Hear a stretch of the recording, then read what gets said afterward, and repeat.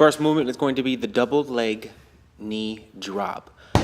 So get a wide base, shoulder width apart, tall on the shoulders and dynamic in the core. You'll drop both legs to the same side to your capability, ensuring that the core stays very dynamic and to the front, controlling the hips.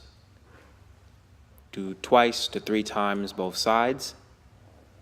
Then we'll single leg, keeping the non-moving leg as still as possible. Be sure to engage your glutes to control the movement and not just go through the motion. Repeat both sides 3 to 4 times.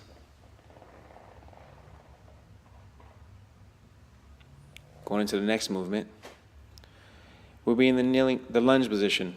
Take your hand onto your calf to push down onto the lower part of the calf where the Achilles is to improve mobility of the upper part of the foot. Then you'll sit down on the heel of the foot and rock back to continue to improve the mobility. If you're stiff here, this is where you need to make change. Then we'll take both legs, curl the toes underneath with the heels to the outside, rocking back onto both heels to continue to improve your ankle mobility. Again, if you're feeling tight in this move, repeat earlier steps, as well as needing to make change to your tissues, such as getting a lacrosse ball and going to those hot spots that feel hindering some. Going into the next move, you'll come up to your knees, stay rigid in the core, turning on the quads and the glutes, the balance as you come back.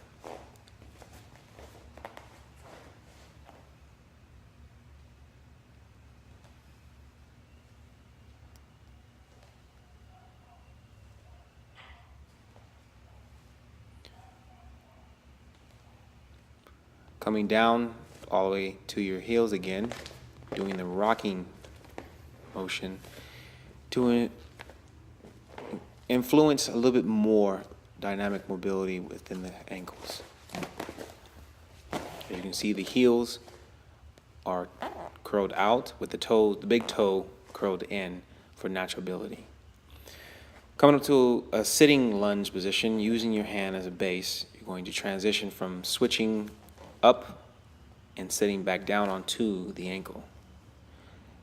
Notice how the big toe is still curved in to where I'm sitting on the heel of my foot. And then coming down from the foot to the floor.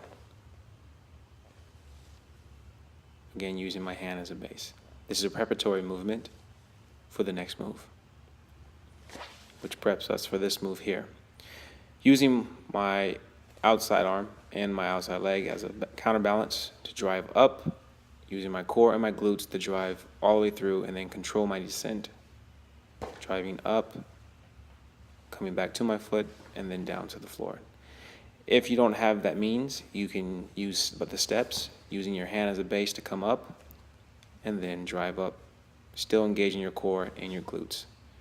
And slowly control your descent, repeating steps 1, 2, 3, in reverse manner to come back down. This is the front view.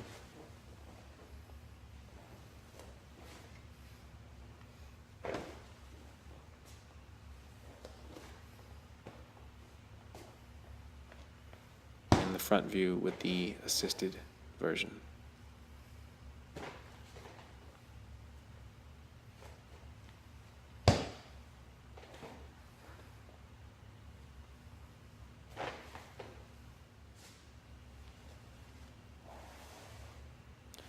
This move is where you'll come forward into the deep lunge on the stable leg, ensuring that my weight is on the forward leg and then swiveling the ankle outward.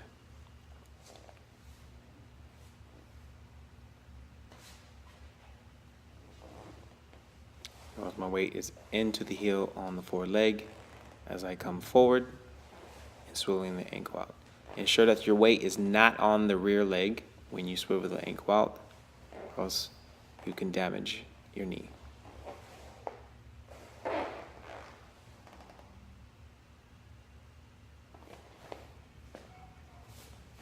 Going into dynamic stretching.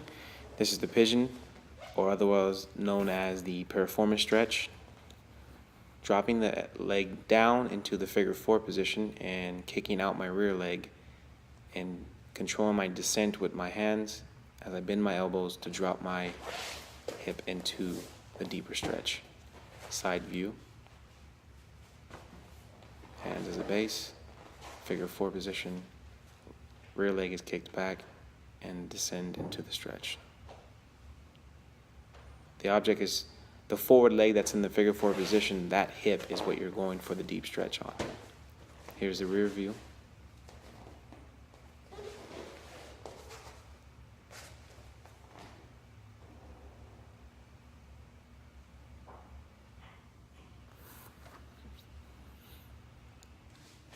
Here's the deep squat to kneeling.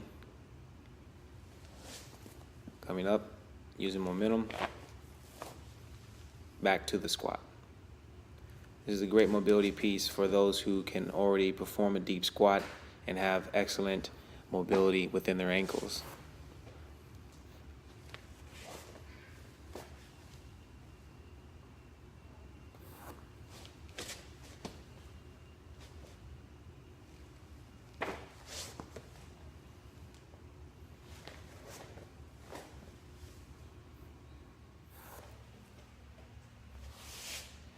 Now going into a chest opener, we're going to stretch the pecs, arms out, so bring my left arm in and push away with my left hand as I swivel my hips open to get a deep stretch in my right pec.